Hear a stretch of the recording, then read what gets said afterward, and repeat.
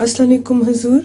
حضور میرا سوال یہ ہے کہ انسان میں قید خانوں کا رواج کب شروع ہوا تھا، اور کیا اسلامی معاشرے کے قانون کے لحاظ سے مجرموں کو قید خانوں میں ڈالنا چاہیے؟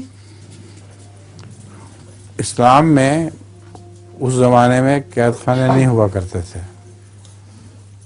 اسلام کا سوال نہیں، اس زمانے میں دنیا میں قید خانے تھے ہی نہیں، مگر اس سے پہلے قید خانے ہوا کرتے تھے.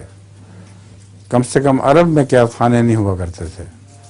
مجھے یہ کہنا چاہیے تھا، کیونکہ قید خانے تو حضرت یوسف کے زمانے سے ہیں، ورنہ حضرت یوسف کو کس قید خانے میں ڈالا گیا؟ تو قید خانوں کا رواج فرعون کے زمانے میں ان کے علاقے میں ہوا کرتا تھا، مگر عربوں پر تو فرعون کی حکومت نہیں تھی، اس لیے وہاں قیدیوں کو الگ رکھنے کا کوئی رواج نہیں تھا. نتیجتاً ان کو تقسیم کر دیا کرتے تھے گھروں میں، اور ان کا غلام بنا دیا کرتے تھے. ٹھیک ہے.